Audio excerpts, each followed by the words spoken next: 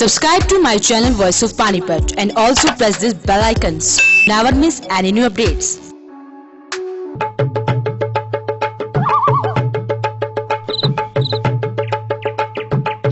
नमस्कार, आप देख रहे हैं वॉइस ऑफ पानीपत पर इस समय चुनाव की महा कवरेज पर हमारा विशेष कार्यक्रम।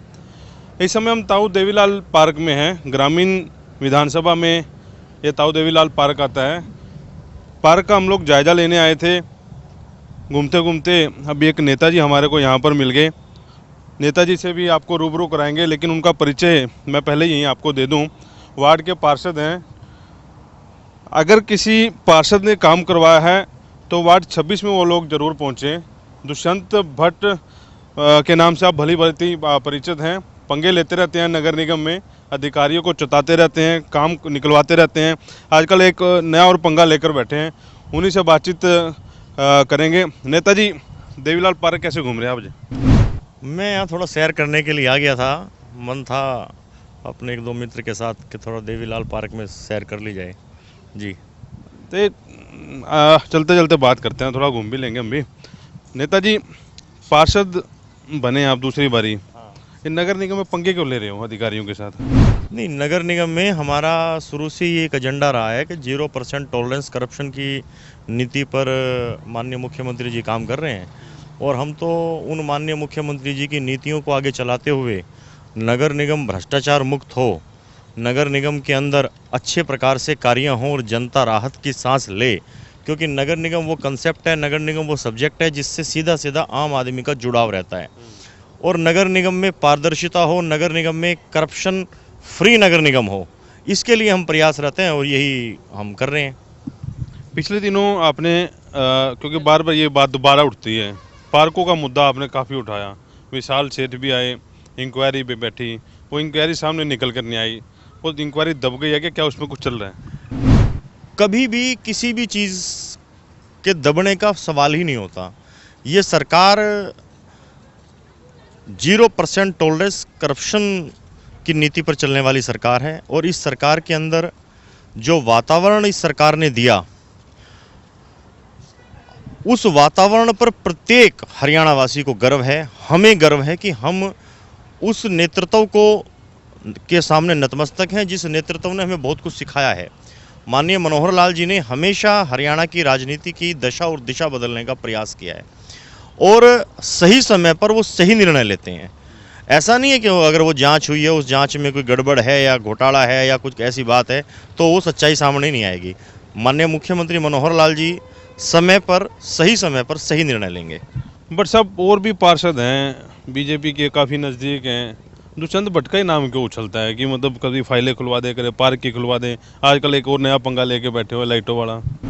देखिए कुलवंत जी, मैं एक बहुत स्पष्ट आदमी हूँ कि मैं अपने नियम और सिद्धांतों पर चलने वाला व्यक्ति हूँ।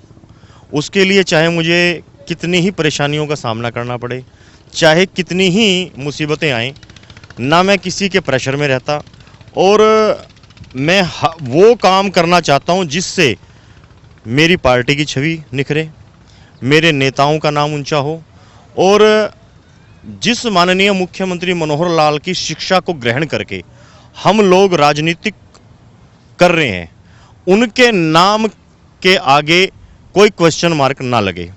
माननीय मुख्यमंत्री मनोहर लाल हर जगह तो जा नहीं सकते। उन्होंने जो एक नीति बनाई है, एक जो पॉलिसी बनाई है, उन्होंने जो आम आदमी को राहत देने की बातें करी हैं, हर प्रकार से उन्होंने हरियाणा के अंदर ऐसी जन कल्याणकारी नीतियां लागू करी हैं, तो उन जन कल्याणकारी नीतियों को जनता तक पहुंचाने की जिम्मेवारी हर उस भारतीय जनता पार्टी के कार्यकर्ता की है, हर उस भारतीय जनता पार्टी के नेता की है। और मैं सिर्फ और सिर्फ अपना कर्म कर रहा हूं, अपना काम कर रहा हूं, इसके अलावा मैं कुछ नहीं कर रहा। तभी 2 बारी मेयर बनते बनते रह गए आप। चाहे 10 बार ना बने मेयर, सब्जेक्ट मेयर का नहीं है, सब्जेक्ट कोई पद या प्रतिष्ठा का नहीं है, सब्जेक्ट है आत्मा का। मेरी अंतरात्मा जिस काम के लिए अलाउ नहीं करती, मैं वो काम नहीं करता। चाहे मैं कभी ना बनूं मेयर। मेरे लिए मेयर बनना, कोई पद मिलना या ना मिलना मेरे लिए कोई महत्व नहीं है, क्योंकि मेरे अंदर संस्कार ही वो हैं। मेरे अंदर संघ के द्वारा दिए गए संस्कार कूट कूट कर भरे हुए। मेरे ब्लड के अंदर आरएसएस है, मेरे ब्लड के अंदर बीजेपी है, और मुख्यमंत्री मनोहर लाल जी मेरे राजनीतिक गुरु हैं, मेरे आइडियल हैं। माननीय प्रधानमंत्री नरेंद्र मोदी जी हमारे आइडियल हैं। उन जब वो हमारे आइडियल हैं तो उन्होंने भी कितने साल तपस्या की, तब जाके हरियाणा के मुख्यमंत्री बने। हमारे पे कोई फर्क नहीं पड़ता कि कितना हम बने ना बने, क्या फ़र्क पड़ जाएगा। अगर मान लो मैं आज मेयर नहीं हूँ तो क्या फ़र्क पड़ गया। चलो एक एक मन की बात भी, क्योंकि मेयर का 2 बार ही आपको चांस मिला था, आपके अपने ही बंदे नहीं चाह रहे थे कि दुष्यंत भट्ट मेयर ना बने, वो क्या था? कुछ अंदर की बात कुछ साझा करना चाहिए। नहीं, वो ऐसा है कुलवंत जी, सीधी स्पष्ट सी बात ये है कि आप भी अच्छी तरह जानते हो, पूरा शहर जानता है कि हर मामला नगर निगम के अंदर अब से पहले जिस प्रकार का वातावरण इस नगर निगम के अंदर था, भ्रष्टाचार का वातावरण था, लेन देन का वातावरण होता था, खरीद फरोख्त होती थी, सारे शहर को पता है, सारा सिस्टम पता है, सारे अखबारों ने लिखा, चीख चीख कर लिखा कि, और शायद उसी घटना के कारण माननीय मुख्यमंत्री मनोहर लाल ने स्थानीय निकायों से भ्रष्टाचार को खत्म करने के लिए नगर निगम के मेयर का चुनाव डायरेक्ट हुआ, जब जिला परिषदों के चुनाव भी डायरेक्ट होने जा रहे हैं और नगर पालिका के चेयरमैनों के चुनाव भी डायरेक्ट होने, ये एक ऐतिहासिक निर्णय लिया उन्होंने। क्योंकि अगर स्थानीय निकाय के अंदर भ्रष्टाचार होगा, क्योंकि स्थानीय निकाय सबसे छोटी इकाई है लोकतांत्रिक प्रक्रिया के अंदर, अब छोटी इकाई के अंदर यदि करप्शन होगा तो फिर वो करप्शन आगे बढ़ेगा। कहीं ऐसा तो नहीं होता, सोच रहे थे कि दुष्यंत भट्ट मेयर बन गया तो जो 2 पैसे आ रहे हैं नीचे वो कभी खत्म ना हो जाए? वो तो था ही, क्योंकि उनको पता था कि भी दुष्यंत भट्ट एक सैद्धांतिक आदमी है, अपने नियमों पर चलने वाला है, ज़्यादा दबाव किसी का झेलेगा नहीं, ना दबाव किसी का सहेगा, और ये अपने प्रिंसिपल्स के आधार पर चलने वाला व्यक्ति है। और यदि ऐसा होता तो शायद मैं ऐसा ही करता। मेरे लिए कोई महत्व नहीं करता, मेरे लिए महत्व रखता है मेरे नियम और मेरे सिद्धांत, और उन्हीं सिद्धांतों पर मैं चलूँगा, चाहे इसका रिजल्ट मेरे पक्ष में आए चाहे मेरे खिलाफ जाए। अभी निगम में जो लास्ट मीटिंग हुई है उसमें आपको अध्यक्ष बनाया है, कुछ समिति बनाई गई है उसका सोसाइटी का, उसमें अभी क्या चल रहा है? कुछ विशाल सेठ की तरह वो भी मतलब पछड़े में तो नहीं पड़ जाए, कुछ निकलेगा उसमें? नहीं, 100%। देखो, जब कोई जांच कमेटी बनती है, जिस जांच कमेटी का मान लीजिए मुझे अध्यक्ष बनाया है, ये पानीपत के इतिहास में पहली बार ऐसा हुआ है कि जिसमें नगर निगम के अंदर जांच कमेटी बनाई गई है, जो पार्षदों की लीडरशिप में बनाई गई है।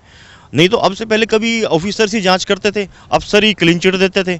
अब इस जांच समिति बनने से हम इसके अंदर इन्वॉल्व हैं, तो हम निश्चित रूप से इसको वहाँ तक पहुँचाएंगे जो शहरवासी हमसे उम्मीद करते हैं, जो शहरवासी हमसे एक अपेक्षा करते हैं, हम उनकी अपेक्षा पर खरा उतरेंगे। और ये शहर को और नगर निगम को पता चलेगा, उन लोगों को पता चलेगा जो लोग हम पर भरोसा करते हैं कि हम जिन तथ्यों पर अभी हमने काम करना स्टार्ट किया है, और बहुत जल्दी वो जांच रिपोर्ट सब सार्वजनिक होगी।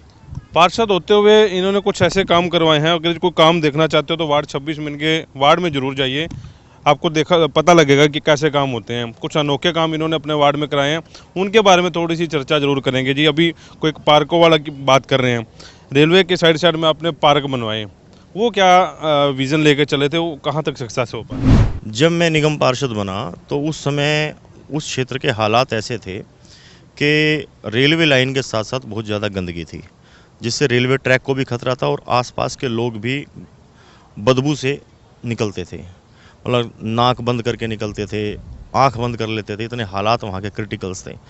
पानीपत शहर से जब कोई ट्रेन गुजरती थी तो उसके अंदर सफ़र करने वाले जो लोग थे वो भी ये कहते थे कि ये हो क्या रहा है। हमने एक ये सोचा, हमने एक प्लान किया कि क्यों ना हम इसको ब्यूटीफाई करें, और ब्यूटीफाई करके इसमें 2 मैसेज जाएंगे। एक मैसेज तो ये कि यहाँ से गंदगी खत्म होगी, दूसरा शहर के लोगों को अच्छा वातावरण मिलेगा, और जो लोग बाहर से पैसेंजर्स ट्रेन से गुजरते हैं तो उनको भी सुखद वातावरण मिलेगा। इसलिए हमने वहाँ पर शुरू में बिना परमिशन लिए हमने वहाँ पर एक पार्क की स्थापना की। अब पार्क की स्थापना करने के बाद भी फिर हमें अच्छा लगा, वहाँ का वातावरण हम मनोहर करना चाहते थे, उसका नाम हमने मनोहर पार्क रखा। फिर रेलवे डिपार्टमेंट को थोड़ी सी परेशानी खड़ी हुई, वो उसको गिराने आया। हमने माननीय मुख्यमंत्री जी को कन्विंस किया, माननीय मुख्यमंत्री जी ने प्रशंसा की इस कंसेप्ट की, और उन्होंने रेलवे मंत्रालय से बात करके आज पूरे हरियाणा के अंदर ये एक रोल मॉडल बन चुका है, और पूरे हरियाणा में अब इस प्रकार के पार्कों के लिए एक MOU साइन राज्य सरकार का और रेलवे विभाग का हो चुका है, जिसमें अभी ये पार्क बनाए जा रहे हैं। अभी आपके वार्ड में हम लोग गए थे, 3-4 दिन वहाँ रहे हैं, 3-4 वार्ड का हमने अभी सर्वे किया है, लेकिन अभी दिखाया नहीं हमने। कहते दुष्यंत भट्ट जैसा हमारा नेता, क्यों ना विधायक का चुनाव लड़ जाओ, इस बार टिकट मांग लो, देखी जाएगी। देखिए, विधायक का चुनाव लड़ना या ना लड़ना, ये सब पार्टी का काम है, संगठन का काम है। मैं संगठन का एक समर्पित कार्यकर्ता हूँ और भारतीय जनता पार्टी का नेतृत्व हर चीज़ को तोलकर फैसले करता है। अब वो क्या सोचता है, पार्टी के संगठन के मेरे बारे में क्या सोच रहा है, मुझे चुनाव लड़ना है नहीं लड़ना है, क्योंकि मैंने तो अपना संपूर्ण जीवन अपनी भारतीय जनता पार्टी को समर्पित किया हुआ है। आपका दिल क्या चाह रहा है, लड़ना है कि नहीं? नहीं, मैं ये नहीं, ये मेरा दिल, इसमें व्यक्ति का दिल कुछ नहीं होता। जो आदमी अपने आप को समर्पित कर देता है किसी भी कंसेप्ट पे, भाई मैंने तो सब कुछ भारतीय जनता पार्टी को समर्पित कर रखा है। अब भारतीय जनता पार्टी का नेतृत्व, संगठन अगर ये चाहता है कि भाई दुष्यंत की भूमिका क्या हो, दुष्यंत किस भूमिका में रहे, जिस भूमिका में मुझे संगठन रखना चाहेगा मैं उस भूमिका में रहूँगा।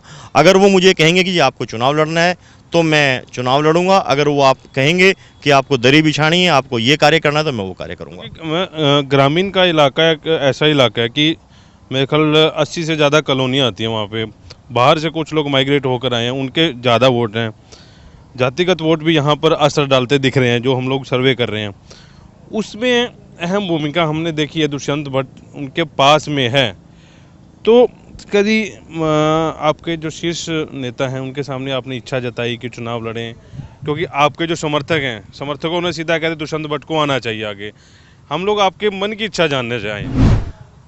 ऐसा है, जो व्यक्ति संगठन के प्रति समर्पित व्यक्ति होता है, वो उस व्यक्ति की स्वयं की कोई इच्छा नहीं होती, वो संगठन की इच्छा अनुसार ही फैसले होते हैं।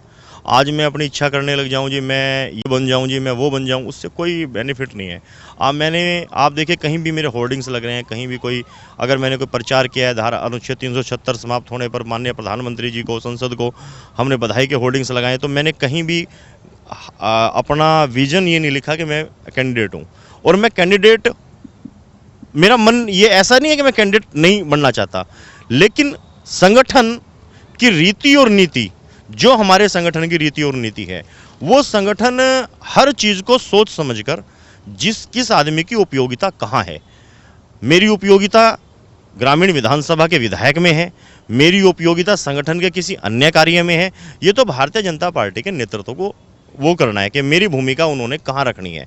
मैं तो हर भूमिका निभाने के लिए तैयार हूँ। बट साहब, अभी बार बार आप जिक्र कर रहे हैं कि पुराने बीजेपी के कार्यकर्ता हैं, संघ से काफ़ी नज़दीकी रहे हैं।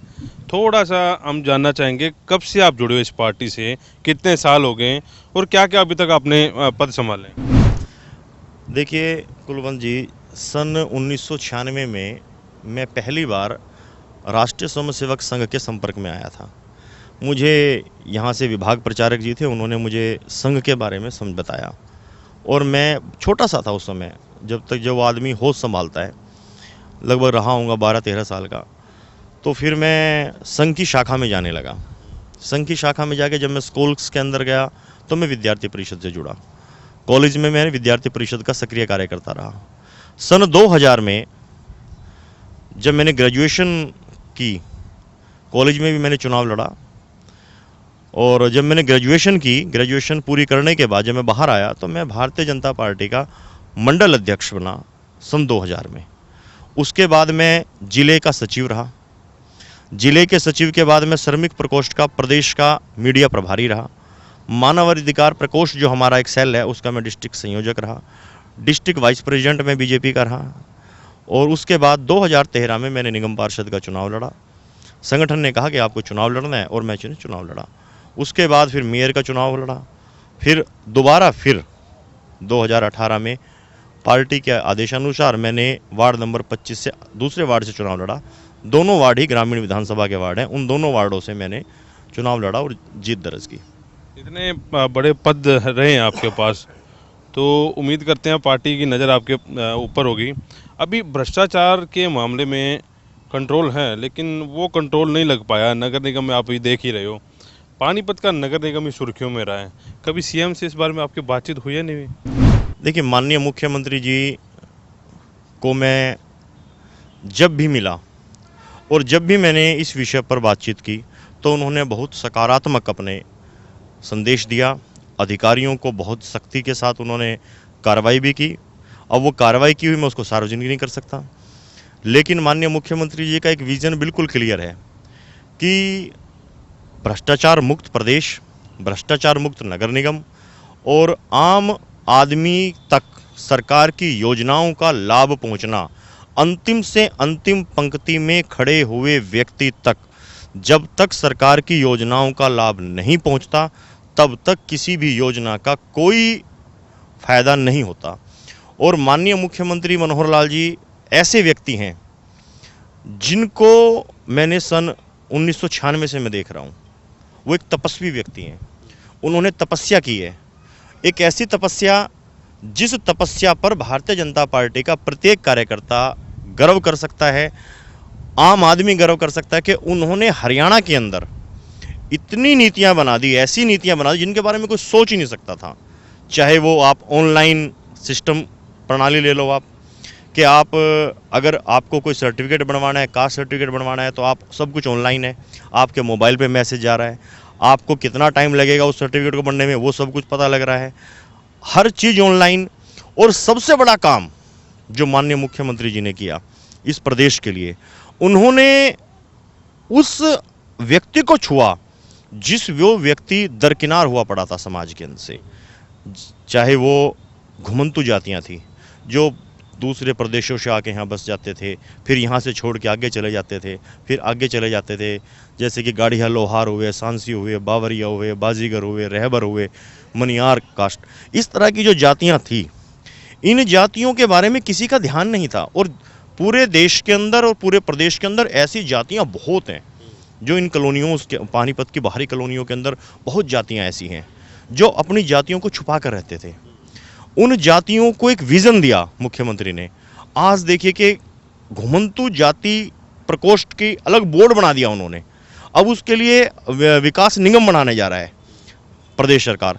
तो आप ये देखिए कि उन जाति जो आदमी को ये लगता था कि ये राजनेता मेरे लिए कुछ करेगा नहीं करेगा, उस आदमी को घर बैठे उसका राशन कार्ड, आधार कार्ड, उसको उसकी वोट, सरकार की योजनाओं का उसको लाभ, ऐसे लोगों को छुआ, ऐसे लोगों को जीवन उद्धार किया कि सही मायने में यदि ये कहा जाए कि माननीय मुख्यमंत्री मनोहर लाल एक राजनेता नहीं एक संत हैं, तो ये कोई अतिशयोक्ति नहीं होगी। वो वाकई में एक संत हैं। जीवन में हमें आज का अब हो क्या रहा है राजनीतिक क्षेत्र में कि हर व्यक्ति को लगता है कि मुझे चेयरमैन बन जाना चाहिए, मुझे फलां पदाधिकारी बन जाना चाहिए, मुझे ये बनना चाहिए, मुझे वो बनना चाहिए। लेकिन हम क्या ये नहीं देखते कि अगर माननीय मुख्यमंत्री मनोहर लाल जैसा संत व्यक्ति सरकार का मुखिया है तो प्रत्येक भारतीय जनता पार्टी का हर कार्यकर्ता को वो चीज़ मिल रही है जो उसे मिलनी चाहिए। हर चीज़ सत्ता प्राप्ति नहीं होती, सत्ता तो एक माध्यम होता है सेवा करने का, जो माननीय मुख्यमंत्री जी उसको साबित कर रहे हैं।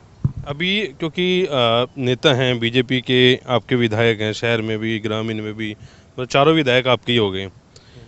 एक पार्टी का जो वोट बैंक होता है वो तो होता ही है। अगर जो, चलो ये बात आप बताओगे नहीं, मैं पूछ लेता हूँ, शायद बता भी दो, दुष्यंत भट्ट को टिकट मिल जाती है, आपके नेता दे देते हैं आपको टिकट, आपकी जेब में कितने वोट हैं?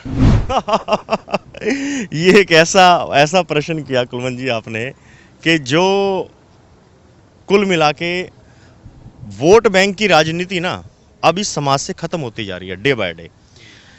जातिवाद का जो जहर हरियाणा के बैठ के बात करते हैं। जातिवाद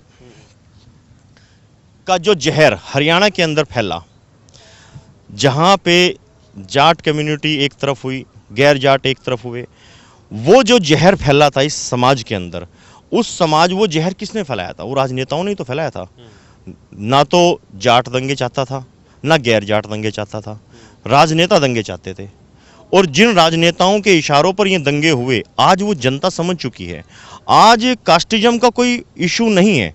आज कोई भी आदमी ये नहीं कह सकता कि भाई मेरे पास फलां जाति का वोट बैंक है।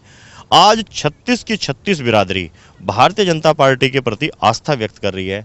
और मैं तो वैसे भी शुरू से ही राजनीति में जातिवाद के नाम से घृणा करता रहा हूँ, क्योंकि कास्ट की राजनीति करने वाले लोग हमेशा खतरनाक होते हैं, डेंजरस होते हैं, वो अपने निजी स्वार्थ के लिए समाज को तोड़ते हैं। इसलिए जातिवाद की राजनीति से अलग हटके व्यक्ति को डेवलपमेंट की राजनीति करनी चाहिए, विकास की राजनीति करनी चाहिए, अपने विजन की राजनीति करनी चाहिए। और यदि मैं ये भी बात करते हैं कि वो वोट बैंक एक ऐसा वोट बैंक जो अब बीजेपी के प्रति आकर्षित है। ना वो मार्शल कौम थी, ना वो ताकतवर लोग थे, गरीब झुग्गी झोपड़ी के अंदर रहने वाले व्यक्ति, उत्तर प्रदेश, बिहार, पश्चिमी बंगाल से आकर यहाँ बसकर अपनी रोजी रोटी कमाने वाले व्यक्ति जो अब यहाँ के रेजिडेंट हैं, जो यहाँ के निवासी हो चुके हैं, जिनका इतना बड़ा वोट बैंक है, जो ग्रामीण, यदि शहरी विधानसभा की मैं दोनों विधानसभाओं की बात करूं तो लगभग 2 लाख के आसपास उनका अपना वोट है। क्योंकि आप देखिए कि पहले पानीपत शहर एक बहुत छोटा सा शहर था। आज से आप 20 साल पहले चले जाइए, 25 साल पहले चले जाइए, कितना छोटा है शहर था। आज ये कितना बड़ा शहर हो गया। ऐसा क्या हुआ, लोग कहाँ से आ गए हैं। आज पानीपत ग्रामीण विधानसभा की वोटर लिस्ट 2,40,000 है, 2,40,000 वोट। आप देखिए कि जिसमें से 1,40,000 वोट वो है इन कॉलोनियों की जो बाहर से आके लोग बसे हुए हैं। तो ऐसे लोगों को आप इग्नोर नहीं कर सकते, ऐसे लोगों को आप नज़रअंदाज नहीं कर सकते।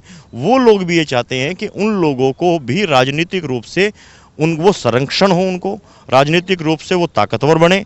तो ऐसे जो लोग हैं, हमें खुशी है कि भारतीय जनता पार्टी ने अब इन लोगों की सोच को बदला है, इन लोगों के मन की बात को समझ के ऐसी योजनाएं लागू करी हैं कि ये लोग अब भारतीय जनता पार्टी के साथ जुड़े हुए हैं। और इन लोगों का मेरे से तो वैसे शुरू से ही एक बहुत ज़्यादा अटैचमेंट है, बहुत ज़्यादा लगाव है जी। तो अभी जो बात पूछ रहे थे वो बात आपने बताई नहीं। वोट बैंक हाँ, वोट बैंक परमात्मा की कृपा है कुलवंत जी, ऐसा वोट बैंक है अपने पास। हालांकि मैं पहले भी कह चुका हूं कि मैं उस चीज़ में जाना नहीं चाहता कि वो लोग कम से भी कम, मैंने पहले भी रैलियां करी हैं, मैं कर सकता हूं रैली, कोई बड़ी बात नहीं है। रैली करके भी हमने दिखाया कि हमारा वोट बैंक क्या है, अपने कार्यक्रम करके भी हमने दिखाया वोट बैंक क्या है। और जब समय आएगा, वो कहते हैं ना कि वक्त आने दे आसमां बता देंगे तुझे क्या हमारे दिल में है, देखना है जोर कितना बाजू में कातिल में है। मतलब ये समझाने की कोशिश कर रहे हैं कि अगर जो भट्ट को टिकट मिल जाती है तो वोट बैंक आपको जिता सकते हैं। नहीं, आज दुष्यंत भट्ट का विषय नहीं है कुलवंत जी। आज विषय है कि अगर आप राह चलते किसी व्यक्ति को बुला लीजिए और उसके गले में भारतीय जनता पार्टी का कमल का पटका डाल दीजिए उसका, और उसको कहिए कि जा भाई तू हमारा कैंडिडेट है। वो एक थम्बिंग मेजोरिटी के साथ, एक भारी बहुमत के साथ जीत के आ रहा है। दुकानदारी तो उनकी बंद हुई है जो वोटरों को पेड़ माना करते थे, जो उनको अपने पैरों की जुतियां समझा करते थे। आज देखिए ओम प्रकाश चौटाला जी, हालांकि उनके प्रति हमारी सहानुभूति है, मुझे उनके पे नहीं कहना चाहिए, वो बहुत बड़े नेता रहे हैं।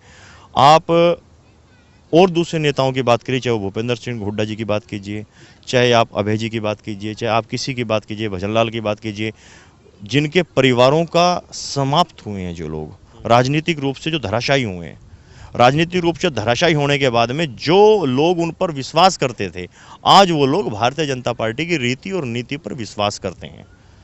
आज कंसेप्ट ये नहीं कि दुष्यंत भट्ट को टिकट मिलेगी तो दुष्यंत भट्ट ही जीत सकता है। आज जीत कोई भी सकता है। आज चाहे भारतीय जनता पार्टी का कोई भी नेता या एक साधारण से साधारण, मामूली से मामूली व्यक्ति को भी यदि भारतीय जनता पार्टी चुनाव लड़ाएगी तो वो निश्चित रूप से बहुत भारी बहुमत से विजय प्राप्त करेगा। ग्रामीण में मेरे ख्याल 450 करोड़ रुपए की बात चल रही है, 450 करोड़ रुपए हैं, संतुष्ट हैं? 450 का काम हुआ है? क्योंकि शहर वाले तो संतुष्ट नहीं लग रहे जो 350 करोड़ का काम गिनवा रहे हैं।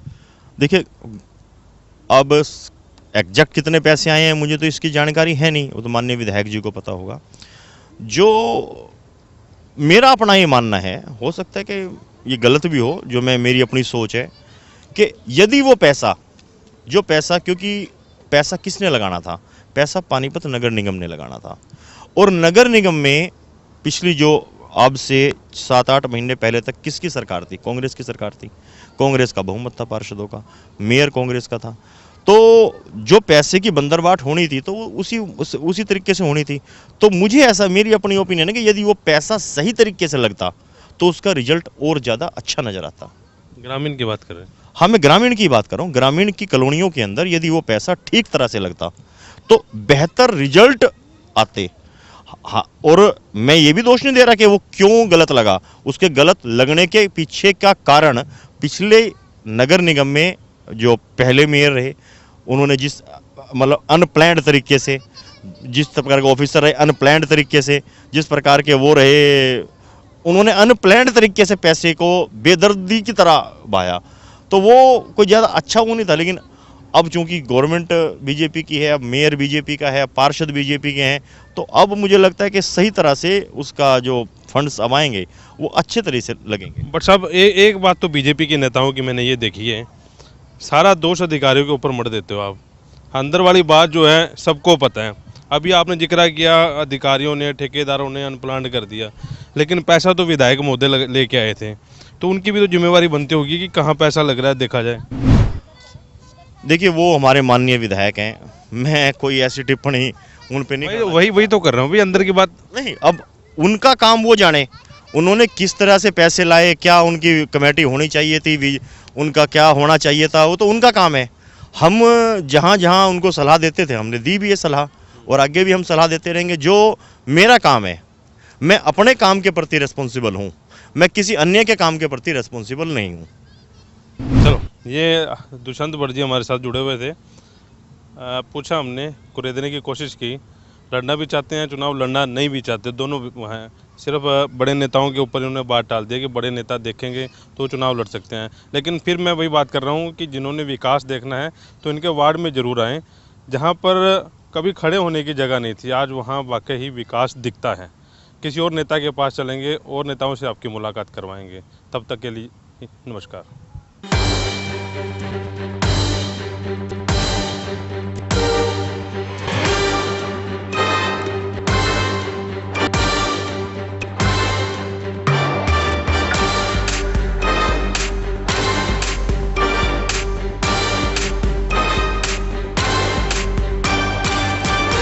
विधानसभा चुनाव में सबसे बड़ी महा कवरेज सिर्फ और सिर्फ वॉइस ऑफ पानीपत पर।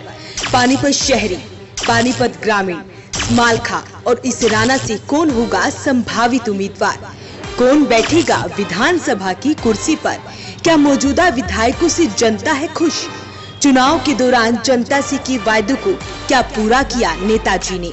वॉइस ऑफ पानीपत पहुंचेगा आपके बीच, जुड़े रहिए वॉइस ऑफ पानीपत के साथ।